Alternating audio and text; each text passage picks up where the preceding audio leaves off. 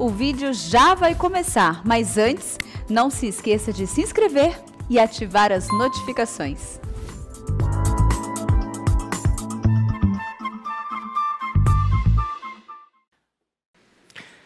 Muito bem, meus irmãos, nós vamos dar início à nossa escola bíblica dominical deste domingo 28 de agosto de 2022 e acolhemos a todos vocês e a todos que nos acompanham. Estamos expondo o livro de Salmos, enquanto o pastor Arival está expondo o livro de Êxodo. E hoje nós vamos trabalhar o Salmo 27. Abra a sua Bíblia comigo, por favor, neste Salmo de Davi, Salmo 27.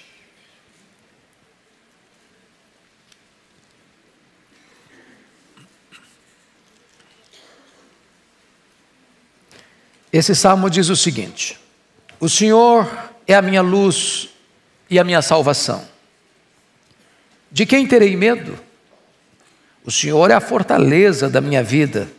A quem temerei? Quando malfeitores me sobrevêm para me destruir, meus opressores e inimigos, eles é que tropeçam e caem.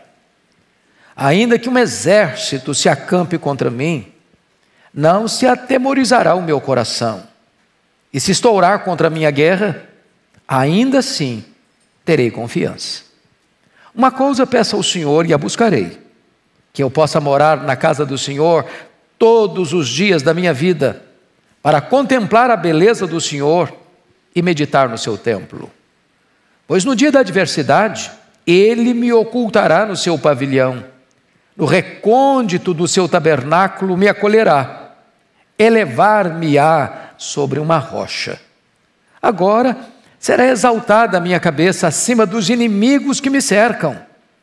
No seu tabernáculo oferecerei sacrifício de júbilo, cantarei e salmodiarei ao Senhor. Ouve, Senhor, a minha voz, eu clamo. Compadece-te de mim e responde-me. Ao meu coração me ocorre: buscai a minha presença.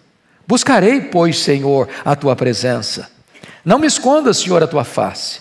Não rejeites com ira o teu servo. Tu és o meu auxílio. Não me recuses, nem me desampares, ó Deus da minha salvação. Porque se meu pai e minha mãe me desampararem, o Senhor me acolherá. Ensina-me, Senhor, o teu caminho e guia-me por vereda plana, por causa dos que me espreitam. Não me deixes à vontade dos meus adversários, pois contra mim se levantam falsas testemunhas, os que só respiram crueldade. Eu creio que verei a bondade do Senhor na terra dos viventes. Espera, pois, pelo Senhor, tem bom ânimo, e fortifique-se o teu coração. Espera, pois, pelo Senhor. Amém. Bom, nós vamos tratar do tema a vitória sobre o medo. Este é o tema central deste poema de Davi. E eu quero começar afirmando que o medo é o sentimento mais democrático entre os homens. Quem de nós nunca teve medo?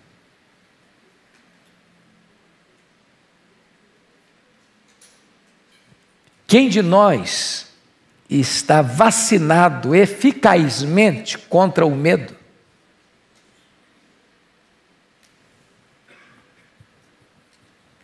Quais são os seus medos?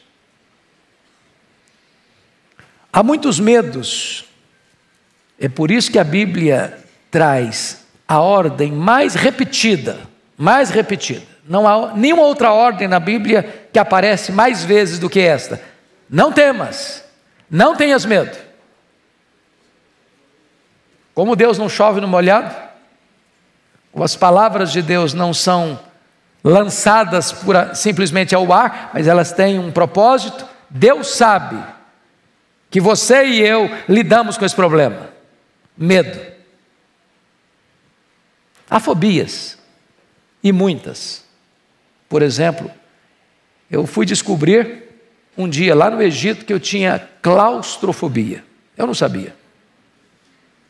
Estava subindo uma daquelas pirâmides, muita gente, muito calor,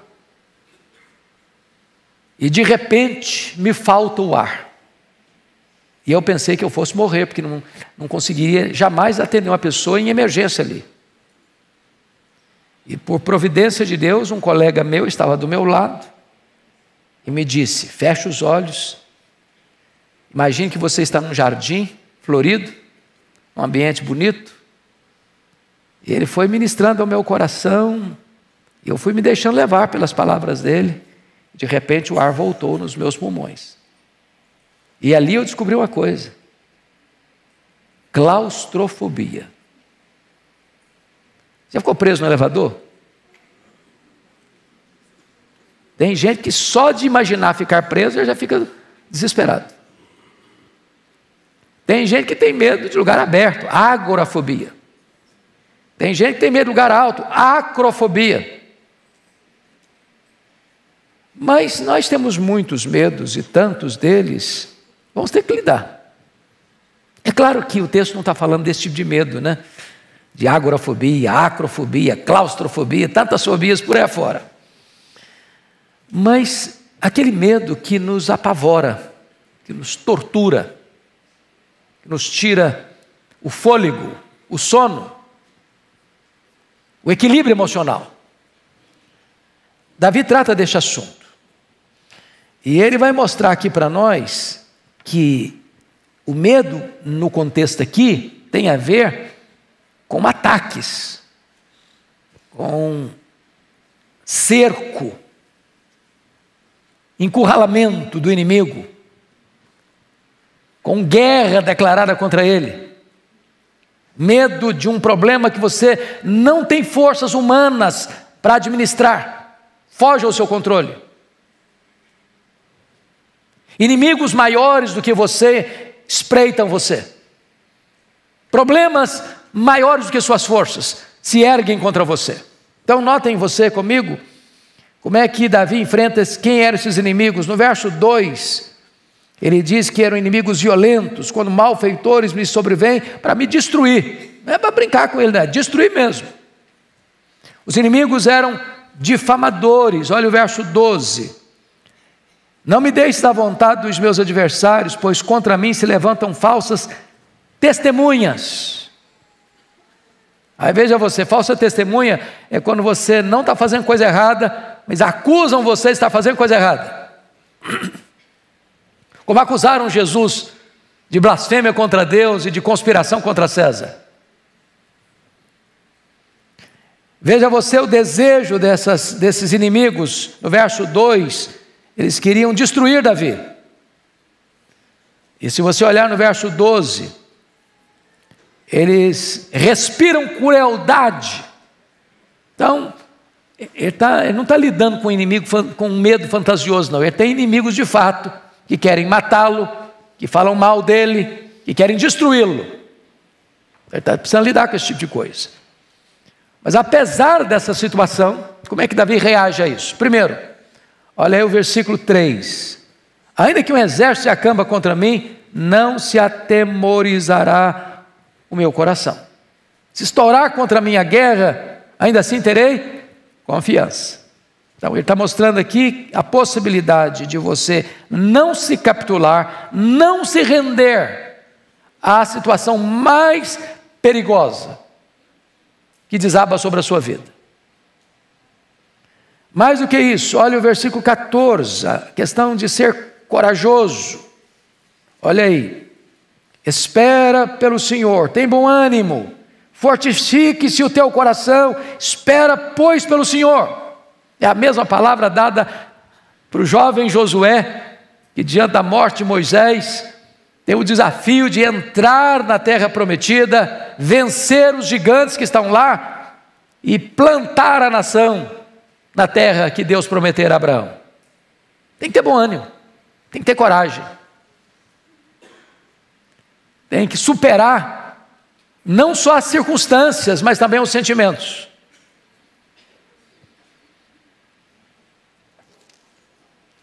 Então, eu gostaria de, dada essa introdução, entrar na exposição do texto. E ao entrar na exposição do texto, eu quero tratar aqui de 3 lições. A primeira delas, você triunfa sobre o medo das circunstâncias adversas por meio da fé em Deus. Então veja bem, triunfa sobre o medo das circunstâncias adversas por meio da fé em Deus. Então vamos lá. Primeiro, como é que Davi vence o medo? Primeiro, ele vence o medo reconhecendo quem Deus é. Que a solução não está dentro de você. A solução está acima de você.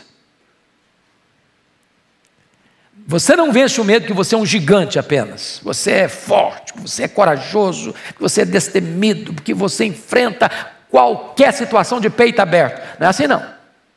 Olha o verso 1 comigo. O Senhor é a minha luz e a minha salvação. De quem terei medo? O Senhor é a fortaleza da minha vida. A quem temerei? Davi não diz, eu sou forte, por isso eu não tenho medo. Eu sou um guerreiro, por isso eu não tenho medo. Eu tenho um exército, por isso eu não tenho medo. Eu sou rico, por isso eu não tenho medo. Eu tenho saúde, por isso eu não tenho medo. Não, ele não está falando isso. Ele se reporta a Deus. E veja você qual a descrição que ele faz de Deus. O Senhor é o que primeiro? A minha luz. Então, quando fala que Deus é luz, e o Novo Testamento diz lá em 1 de João 1,5, Deus é luz, não há nele treva nenhuma. Luz é um símbolo, não é? Quando você fala em luz, você fala de quê? Você fala de verdade, você fala de justiça, você fala de santidade, você fala de algo que esclarece, que ilumina, que aquece, que purifica, que irradia para todo lado, que avisa do perigo. Mas note que ele não diz que Deus é luz. Deus é o que mais? É a minha luz. Porque não é apenas uma questão de ter consciência de que Deus existe. É a questão de saber que esse Deus que existe, o único Deus, é o seu Deus. Essa é a diferença. Tem muita gente que sabe que Deus existe, mas ainda não tem nenhum compromisso com esse Deus. Mas Deus é mais do que luz. Deus é a minha salvação. Ele não é apenas salvador, Ele é a própria salvação. Mas Ele não é só salvador e salvação, Ele é a minha salvação. E aí você nota no verso 1, parte B, o Senhor é a fortaleza da minha vida. E aqui ele está falando em termos de guerra, ele está falando em termos de cerco, ele está falando em termos de sítio, ele está falando em termos de soldados e exércitos que estouram a guerra contra ele.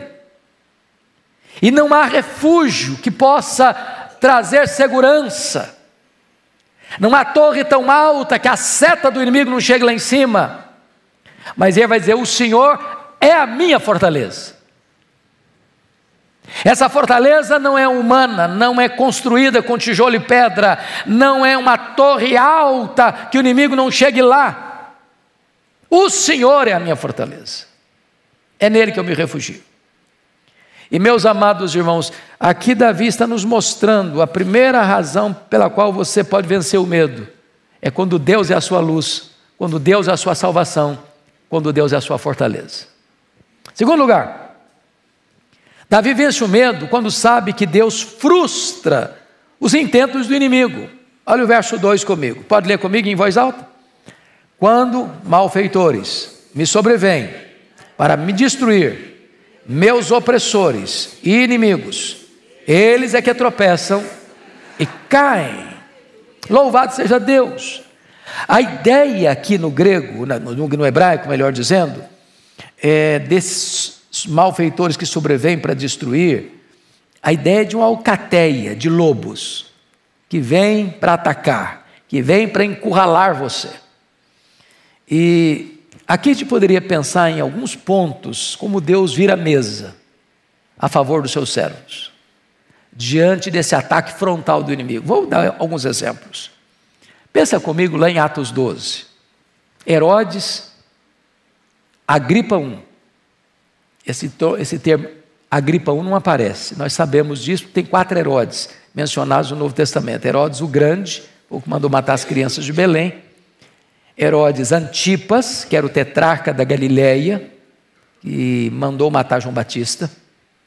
Herodes Agripa I, Atos 12, o que mandou matar o apóstolo Tiago e prendeu Pedro para matá-lo depois da festa da Páscoa.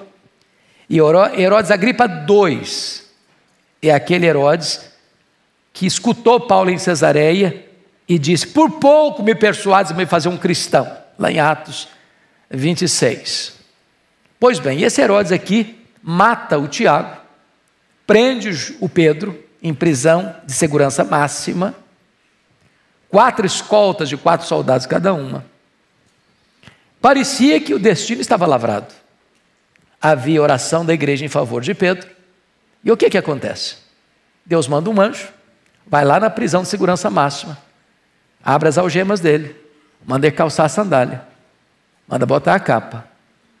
Ele vai saindo, as portas vão se abrindo automaticamente, os soldados não estão vendo nada, está acontecendo um milagre diante deles, eles não estão percebendo. Chega a ter um grande portão de ferro e tem um controle remoto na mão do anjo. Ele aperta o controle e o portão abre automaticamente. E o Pedro é liberto. E o Herodes que mandou prender, que parecia que tinha todo o poder, naquela mesma circunstância, ele vai fazer um discurso. O povo diz que ele é um Deus, e ele não dá glória a Deus, e o Senhor manda um anjo, e o fere, e ele é comido de vermes. O placar mudou, a mesa da história virou. É isso que Deus faz ainda hoje. Vamos dar outro exemplo. Você se lembra lá de João, o apóstolo, já velho, lá em Éfeso. Domiciano está reinando desde o ano 81. Segundo Nero, considerado como um segundo Nero, um Nero redivivo, massacrando a igreja. Deporta o velho João para uma colônia penal, uma ilha do mar Egeu, a ilha de Patmos. Parecia ser o fim. Parecia ser uma pá de cal jogada sobre a igreja. Mas o que acontece? Todas as portas se fecharam para João na ilha de Patmos, mas Deus abriu-lhe uma porta no céu. E disse: sobe para aqui, e eu te mostrarei, não as coisas que talvez aconteçam, nem as coisas que podem acontecer, eu te mostrarei as coisas que devem acontecer. E Deus dá para João a revelação do último livro da Bíblia, que descortina a derrota dos inimigos de Deus e a vitória retumbante de Cristo e da sua igreja. Deus vira a mesa da história. Deus muda o placar do jogo, que estava contra nós, estávamos levando de goleada do inimigo, e de repente Deus muda o cenário. Me permita mais um outro exemplo. John Bunyan, século 17 na Inglaterra, é um pregador batista, e ele está pregando em praça pública, e naquela época já pregar em praça pública era proibido, e ele prega, e é preso, e dizem para ele: se você parar de pregar, você está na rua. Ele disse: se vocês me soltarem, eu vou para a rua pregar. E ficou 14 anos na cadeia, 14 anos, pelo único crime de pregar a palavra de Deus. Parecia ser uma tragédia, mas foi na cadeia, enfrentando depressão, é que ele escreve O Peregrino, possivelmente um dos livros mais lidos no mundo, depois da Bíblia. Ou finalmente vamos pensar em Maria Tudor. Maria Tudor, filha de Henrique VIII, que assume o governo da Inglaterra em 1553, depois da morte precoce de Eduardo VI, que morre aos 16 anos de idade. Ela massacra os cristãos protestantes, da Inglaterra. Manda queimar em praça pública os 3 líderes, Latimer, Ridley, Cranmer. Muitos fugiram da Inglaterra para poupar a vida. Mas ela morre providencialmente 5 anos depois, 1558. E assume o governo da Inglaterra Elizabeth, que reina até 1603. E ela decreta a volta dos foragidos para a Inglaterra. E eles que haviam tido contato com a reforma no continente, retornam para a Inglaterra fazendo 4 exigências. Queremos uma igreja com teologia pura, com liturgia pura, com governo puro, com vida pura. E desencadeiam na Inglaterra o mais importante movimento de reforma e reavivamento depois da reforma protestante, o movimento dos puritanos. Parecia que ela estava destruindo a igreja, e ela estava só promovendo a igreja de Deus. Sabe por quê, meus irmãos? Ainda que malfeitores me sobrevêm para me destruir, meus opressores e inimigos, eles é que tropeçam e caem. Deus reverte a situação a nosso favor. Terceiro lugar, Davi vence o medo quando pela fé confia, mesmo sabendo que os inimigos parecem mais fortes. Olha o verso 3. Você lê comigo? Vamos lá? Ainda que um exército se acampe contra mim, não se atemorizará o meu coração. E se estourar contra a minha guerra, ainda assim terei confiança. Deixa eu fazer uma perguntinha bem pessoal. Você já lidou na sua vida com um problema que você diz assim: ou Deus põe a mão, ou eu estou frito, estou liquidado? Quem já lidou com uma situação assim na vida? Ah, ainda bem que eu não estou sozinho.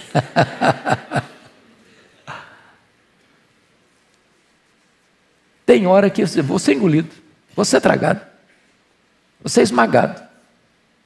Você já pensou um exército acampar contra uma pessoa só? Você já pensou estourar a guerra contra você? É muita coisa. É muita coisa. Mas Davi, ele mesmo, isso não é retórica não, isso é fato, aconteceu com ele mesmo. Exército acamparam ao redor dele. Você conhece a história lá, 2 Samuel. Como Saul, reiteradas vezes, marchou com seus soldados, com gosto de sangue na boca, para matar Davi. E como Deus deu estratégias, livramentos, para Davi escapar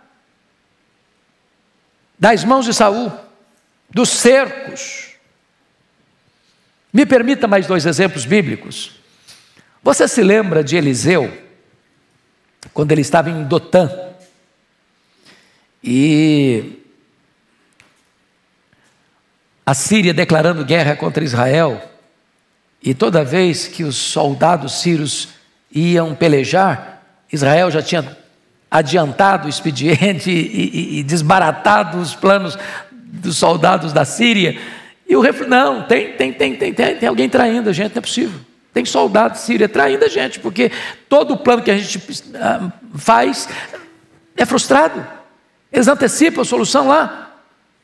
Aí, não tem traidor não. Tem não. O problema é que tem um profeta lá em Israel, que o cara está antenado com Deus, e Deus mostra para ele. Lá então, vão mandar o exército prender esse cara, ué. Está lá em Dotã. O moço do Eliseu acorda de manhã, vai lá fora lavar o rosto. Isso aí já é por minha conta. E ele olha os soldados com seus carros e cavaleiros cercando Dotã. Eu falei: ai, meu senhor, estamos fritos. Estamos fritos. O Eliseu não se intimidou, não se amedrontou e fez uma oração: Senhor, abre os olhos desse moço para que ele veja. E quando Deus abriu os olhos do Geazi, ele viu cavalos e cavaleiros de fogo cercando o acampamento, número maior do que os soldados sírios. E agora Eliseu faz uma outra oração. Senhor, agora fecha os olhos dos soldados. Pediu para abrir os olhos dos Geazi. Fecha os olhos dos soldados inimigos. E eles ficaram cegos, temporariamente. E aí Eliseu vai guiando esses soldados cegos do exército inimigo até a cidade de Samaria. E agora o profeta ora, abre os olhos deles, Senhor. Quando eles abriram os olhos, eles estavam dentro da capital de Israel, vulneráveis aos soldados de Israel. E o rei de Israel perguntou, vamos matá-los? O profeta, não vai matar não. Dá um banquete para eles, põe uma mesa para eles, dê comida para eles. E tratou-os com generosidade. E diz o texto que não houve mais guerra da Síria contra Israel. Deus reverteu o quadro. Mas me permita um último exemplo, para eu entender como é que Deus vira a mesa. O exército parece maior, você não vê saída, e de repente Deus abre uma saída. Foi no governo de Ezequias, aqui em Judá, que as 10 tribos do norte, cuja capital era Samaria, foi tomada pelo exército poderoso da Assíria. E esse mesmo exército, depois de tomar Samaria, entrincheira Jerusalém e dá um recado para o rei Ezequias se render. E dá um alerta para ele: renda-se, porque nenhum Deus livrará você das nossas mãos. O rei Ezequias, aflito, consulta ao profeta Isaías. O profeta Isaías diz: não precisa ter medo não, não precisa ter medo não. E diz o texto bíblico que o próprio Deus mandou o anjo do Senhor, e o anjo do Senhor feriu de morte 185 mil soldados assírios que entrincheiravam Jerusalém. Tem horas, meus amados irmãos, que parece que o inimigo vai nos engolir vivos, que você vai sucumbir ao problema, e aquilo que hoje parece ser a sua derrota, amanhã pode ser a sua maior vitória para a glória de Deus. Deus está no controle da história. Quarto lugar, Davi venceu o medo. Vence o medo quando sabe que Deus é o seu maior prazer. Olha o verso 4. Meus irmãos, eu acho isso aqui impressionante, porque o contexto é de guerra, o contexto é de cerco, o contexto é de ataque de um inimigo que quer destruir. Mas olha a oração dele no verso 4, leia comigo, por favor. Uma coisa peço ao Senhor, e a buscarei, que eu possa morar na casa do Senhor todos os dias da minha vida, para contemplar a beleza do Senhor e meditar no seu templo. Davi era um homem rico, Davi era um homem famoso, Davi podia ter à sua disposição muitos prazeres, mas o que ele mais deseja é intimidade com Deus. Notem que o desejo dele, prioritário, não é destruir o inimigo, não é matar o inimigo, não é tornar-se um rei mais forte, mais poderoso, mais rico, ter mais terras, conquistar mais territórios. Esse homem tem algo que move o coração dele, que é a alavanca da alma dele, que é o vetor do coração dele, é buscar a presença de Deus, é andar na presença de Deus, é conhecer a intimidade de Deus. E ele diz uma coisa importante aqui. Uma coisa eu peço, e diz, e buscarei. Porque tem gente que pede, mas não busca. Tem gente que busca, mas não pede. A oração é tanto uma súplica quanto uma ação. É por isso que é oração. Você ora e age. Você pede e busca. Você ora e trabalha. Como dizia Oliver Cromwell, o líder do exército, do parlamento inglês, numa guerra civil na Inglaterra: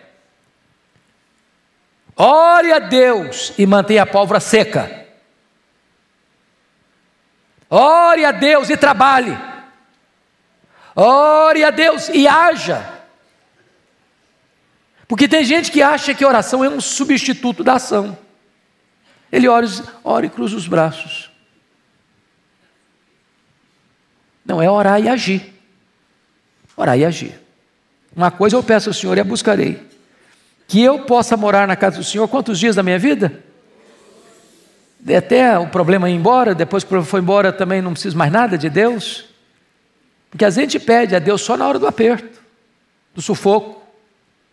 E Ele quer habitar na casa do Senhor, não alguns dias, todos os dias da sua vida. Para fazer o quê? Para contemplar a beleza do Senhor e meditar no seu santo templo. Ele quer Deus, mais do que as bênçãos de Deus. Quinto lugar, Davi vence o medo quando sabe que Deus é o seu protetor. Olha o verso 5, leia comigo de novo. Pois no dia da adversidade, Ele me ocultará no seu pavilhão, no recôndito do seu tabernáculo, me acolherá, elevar-me-á sobre uma rocha. Ô irmãos, o que significa isso? Dia da adversidade. Nem todo dia é dia de adversidades, concordam? Tem dia que você está tranquilo, tem dia que é dia de festa, né? Está lá em Eclesiastes 2. Há tempo para viver, há tempo para morrer, há tempo para juntar, há tempo para espalhar, há tempo de rir, há tempo de chorar. Tem dia que é dia de chorar mesmo. É dor, é luta, é prova, é vale, é inimigo te espreitando, é inimigo querendo te destruir, é situação difícil em casa, é situação difícil na família, é situação difícil na saúde, é situação difícil para todo lado. É o dia da adversidade. O dia da adversidade é o dia que parece que o inimigo cresceu e você diminuiu. É dia que parece que a força está toda contra você e você está completamente desidratado, sem ânimo, sem força. Mas olha o que ele diz aí: no dia da adversidade, Deus me ocultará no seu pavilhão. Vamos entender essa palavra pavilhão aí, porque é como se Deus lhe desse o melhor abrigo no pior perigo. Pavilhão é o lugar mais protegido do acampamento. Por exemplo, você sabe que o próprio Davi, quando tinha batalhas e guerras, mesmo sendo rei, ele ia junto. Então o que era o pavilhão? Era o local do acampamento de guerra mais protegido. Era o quartel-general daquele que comandava as forças do exército, com as suas proteções, com a sua proteção mais fortalecida. Não se chegava no pavilhão. O inimigo podia atacar na borda, do lado, na fronteira, mas o pavilhão no centro era o lugar mais seguro. Por exemplo, por que Brasília está no coração do Cerrado brasileiro? Por que Washington não está num litoral? Você acha que apenas por preferência é esse lugar mais bonito que outro? Não. Isso é estratégico. É muito mais fácil você atacar o litoral do que você atacar o centro do país. Mais protegido, mais guarnecido. Então note vocês que ele está dizendo que nesse dia da adversidade, onde o inimigo vem com toda a sua fúria, com todo o seu ataque, com todas as suas armas, com todo o seu arsenal, com toda a sua virulência, nesse dia, Deus coloca você dentro do pavilhão. Dentro do pavilhão, lugar mais seguro. Mais seguro. E mais, agora ele vai usar não uma linguagem de guerra, mas uma linguagem espiritual. No recôndito do seu tabernáculo me acolherá. Você se lembra da tentação que fizeram com Neemias, lembra disso? Quando os inimigos tentaram de todo jeito derrubar o Neemias, não conseguiram. Eles conseguiram corromper um sacerdote para dizer para Neemias: Neemias, eles vão te matar. Você quer escapar? Se esconda dentro do templo. Por que dentro do templo? Porque ninguém podia entrar dentro do recôndito do templo, a não ser quem? O sacerdote.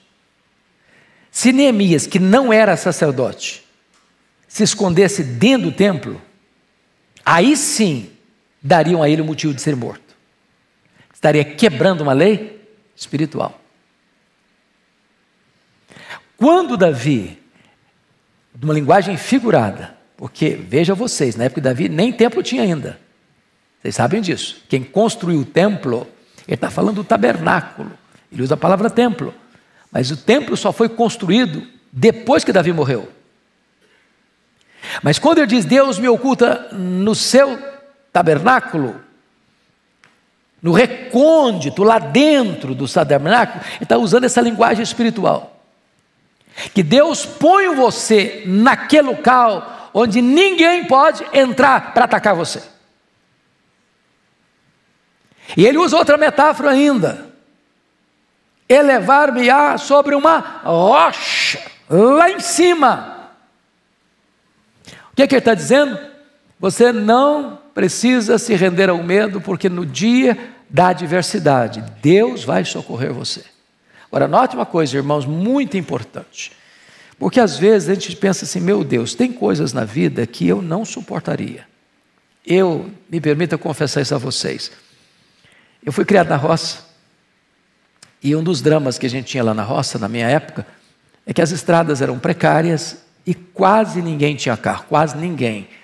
Uma ou outra pessoa, fazendeiro, distante, tinha um jipe. Você nem mais vê esse tipo de jipe hoje.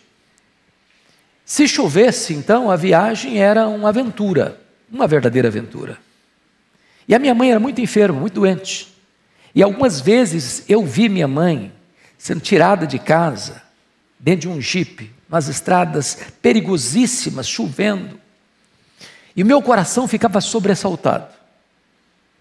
O meu grande pavor da adolescência, em virtude da minha mãe ser muito doente, era medo dela morrer. Eu falei, eu não suporto, já muitas vezes como adolescente, falei, meu Deus, eu podia me matar primeiro, ou tirar minha vida primeiro, porque eu não aguento ver minha mãe morrer, eu não aguento ver um membro da minha família morrer. Deus não prepara você na véspera. Se Deus permitir que você enfrente uma situação adversa, no dia da adversidade, Ele segura você, Ele consola você, Ele prepara você. Davi está dizendo, no dia da adversidade, Deus vai me colocar no lugar mais protegido do acampamento, Deus vai me colocar no lugar mais seguro do templo, e Deus vai me colocar na rocha mais elevada do mundo. Este é o seu Deus. Você precisa ter medo.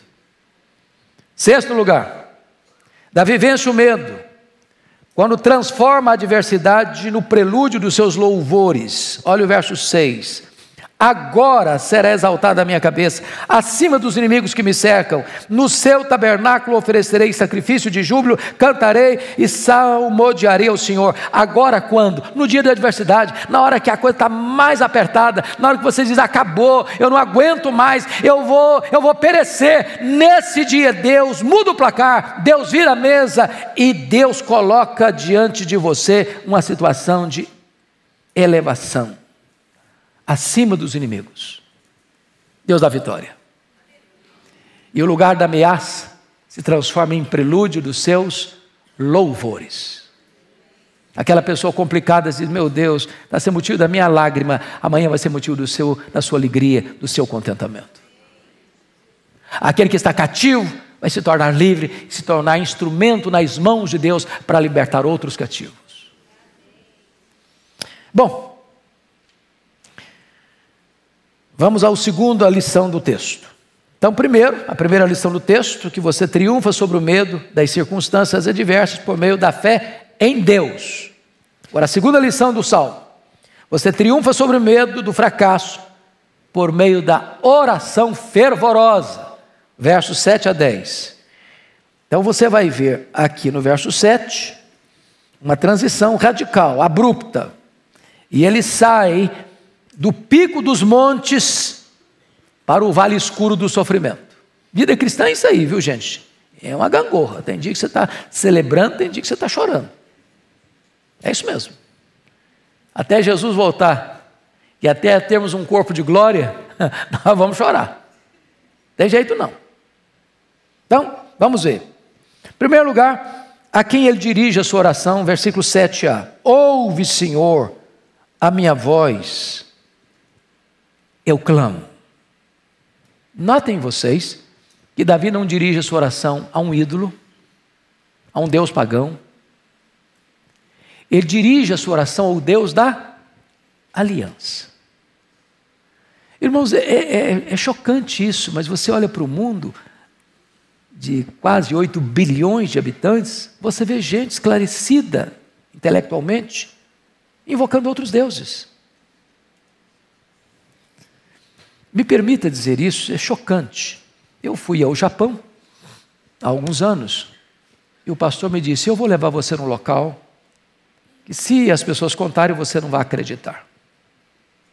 E me levou num templo chamado Templo da Fertilidade. E o Deus que eles adoram é o órgão masculino, nas suas mais diversas formas.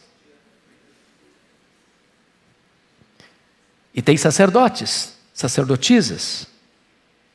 E as pessoas vão para lá, querendo ter filhos, desejando ter filhos, e se curvam, e adoram, e se prostram diante desse Deus. Eu estou falando de uma nação de primeiro mundo.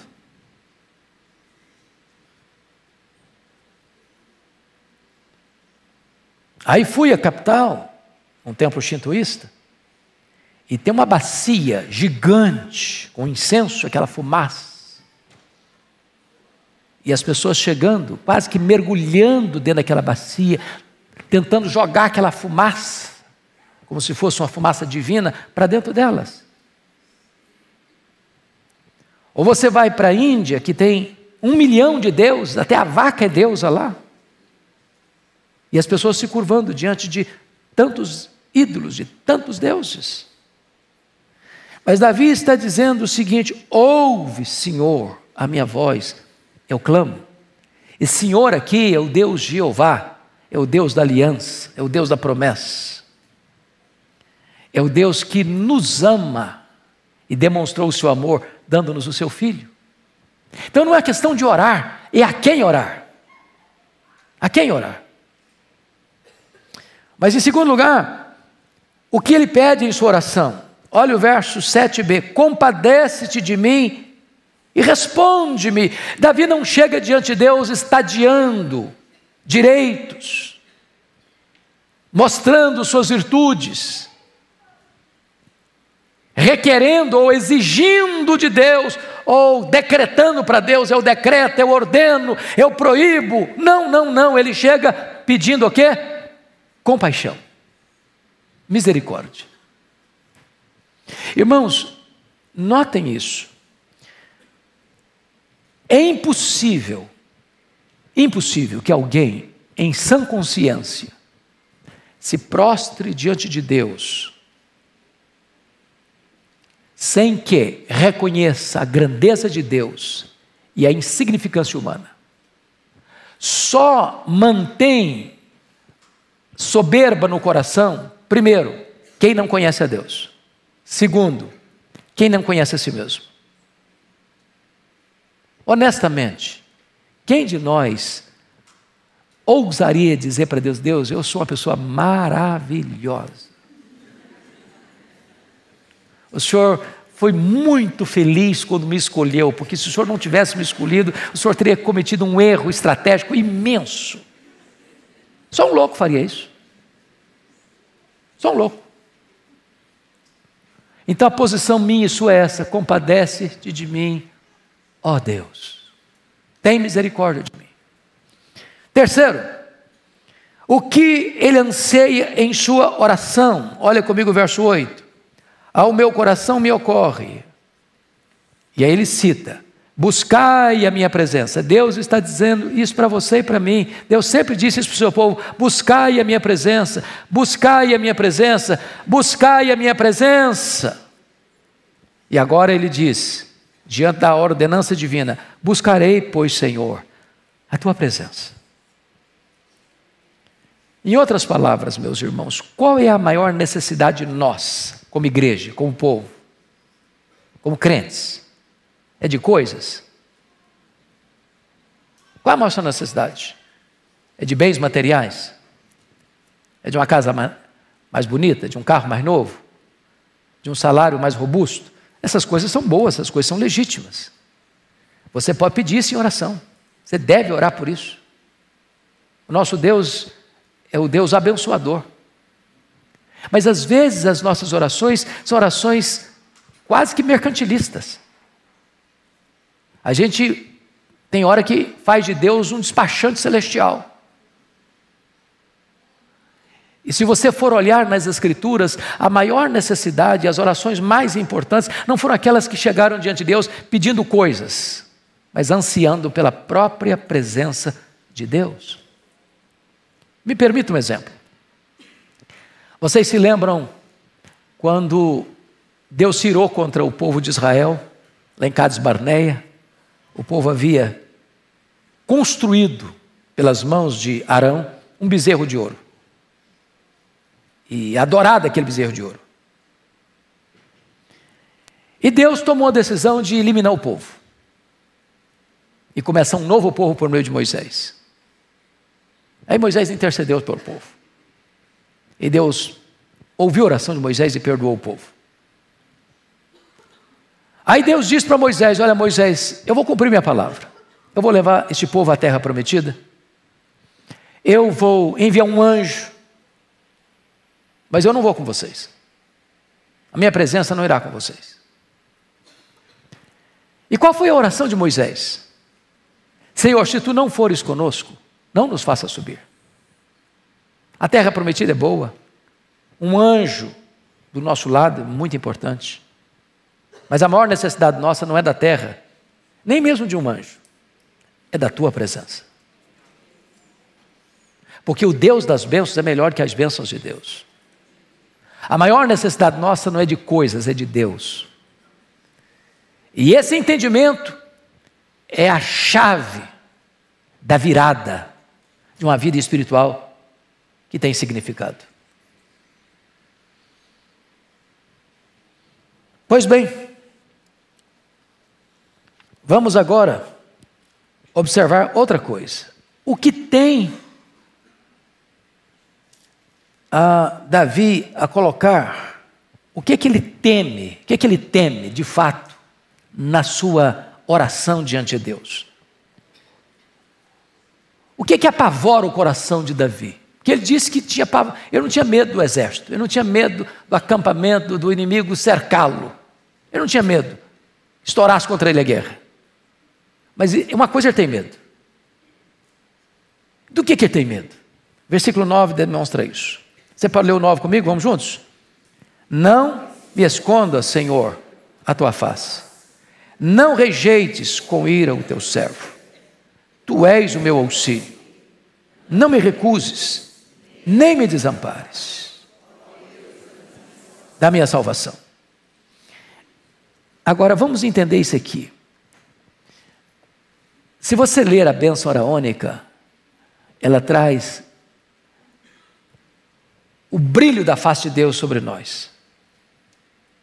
Quando Deus resplandece o seu rosto sobre nós, significa que Deus está tendo favor, Deus está se agradando do seu povo. Mas quando o povo pecava, a face de Deus não estava mais com o povo. A presença de Deus se ausentava do povo. Qual o maior temor que você e eu deveríamos ter? É de Deus dizer para nós assim: olha, eu não estou me agradando de você. O que você está fazendo está me desagradando, então eu vou ocultar o meu rosto de você. E se Deus ocultar o rosto dele de nós, o que acontece conosco? Nós nos tornamos fracos, vulneráveis, como aconteceu com Sansão. O Espírito de Deus se afastou dele e ele se tornou um fracote, derrotado pelo inimigo. Então, amados irmãos, o que é que deveria mais encher o nosso coração de medo? É de pecarmos contra Deus. Porque o pecado enfraquece, o pecado adoece, O pecado nos priva do maior bem, que é a presença de Deus conosco. É o brilho da face de Deus sobre nós. Então a maior necessidade nossa é da presença de Deus. É do brilho e do resplendor da face de Deus sobre nós. Mas vamos pegar o último ponto desse segundo. O que tem Davi como convicção inabalável em sua oração? Está aí no verso 10. Leia o 10 comigo, por favor. Vamos juntos. Porque se meu pai e minha mãe me desampararem, o Senhor me acolherá. Vamos entender isso. Davi não está dizendo que o pai dele e a mãe dele o desampararam, não. Você está falando hipoteticamente. Que algumas pessoas acham que o pai de Davi o desamparou, que a mãe de Davi o desamparou. Não, não está escrito isso aqui. Ele está levantando uma hipótese. Qual é a hipótese? De chegar a um ponto tão crítico na minha vida, que meu pai falou, não quero saber de você não, menino. A mãe disse, menino, ó, se vira, hein? Com você eu não estou mais. Essa é uma hipótese muito rara. Mas acontece. Acontece.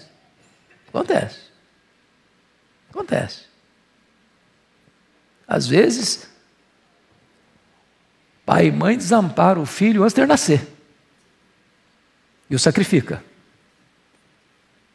No altar do Moloque moderno. Com os aplausos da sociedade. Às vezes os filhos são desamparados ao nascerem. São rejeitados, enjeitados.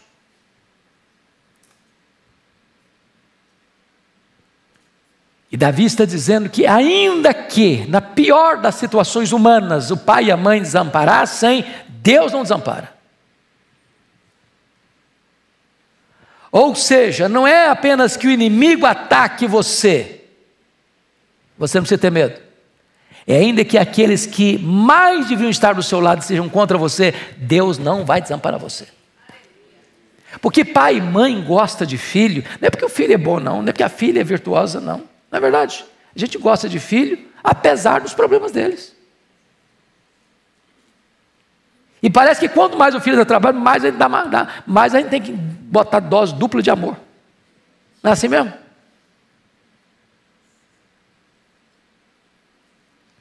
Então pai e mãe ama filho porque ele é bom, porque ele tem problema, porque é saudável, porque tem problema de saúde.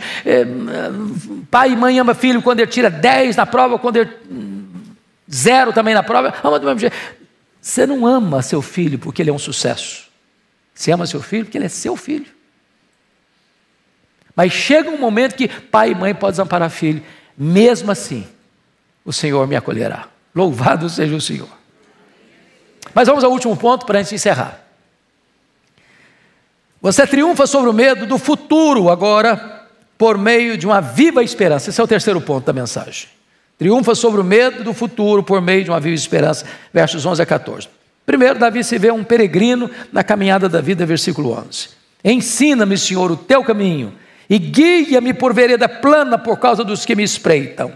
Olha você que ele precisa de mapa e ele precisa de guia. Ensina-me, Senhor, o teu caminho. É o mapa. Mas guia-me pela vereda plana é o guia. Você tem que ter mapa, você tem que ter guia. O mapa é a Bíblia. O guia é o Senhor Jesus. Está precisando disso. Tem hora na vida que se você deixar você por conta própria, você se perde.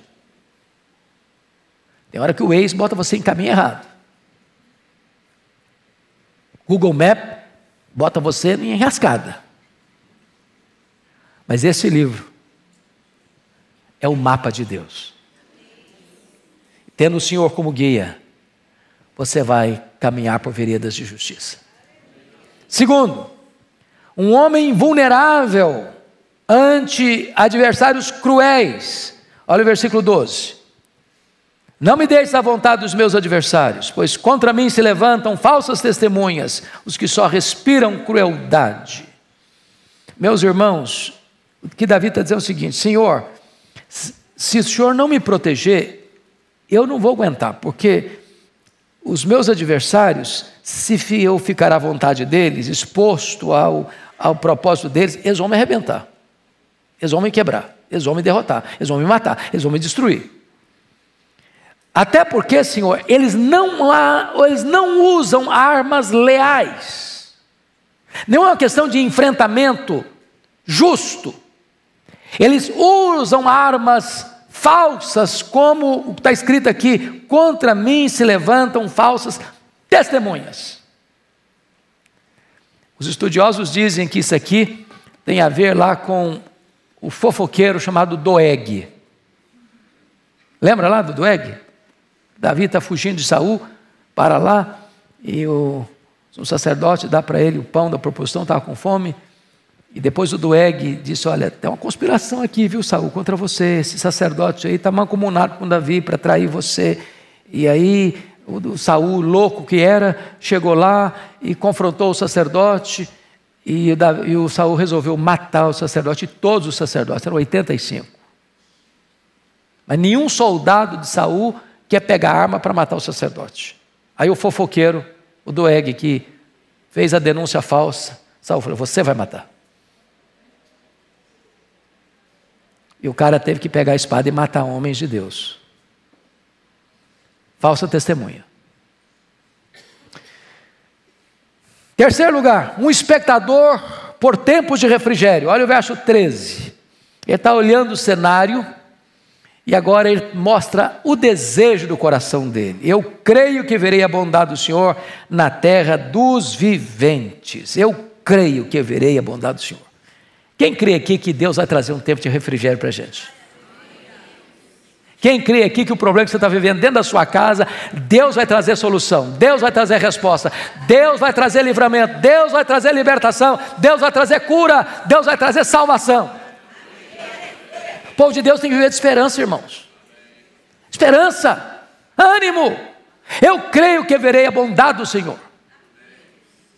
Finalmente, um homem que alimenta o próprio coração de esperança. Vamos ler em pé, fique em pé, por favor, e vamos ler em voz bem alta o verso 14. Vamos ler juntos? Espera pelo Senhor, tem bom ânimo e fortifique-se o teu coração. Espera, pois, pelo Senhor. É palavra de Deus para você, é palavra de Deus para mim. Espera no Senhor, tem bom ânimo. Bom ânimo, bom ânimo. Deus está no controle, a nossa vida é dele, e é ele quem nos conduz em triunfo, e dele virá a vitória. Louvado seja o nome do Senhor. Amém. Deus abençoe, queridos. Bom domingo. Até daqui a pouco no culto às 11. Muito obrigado.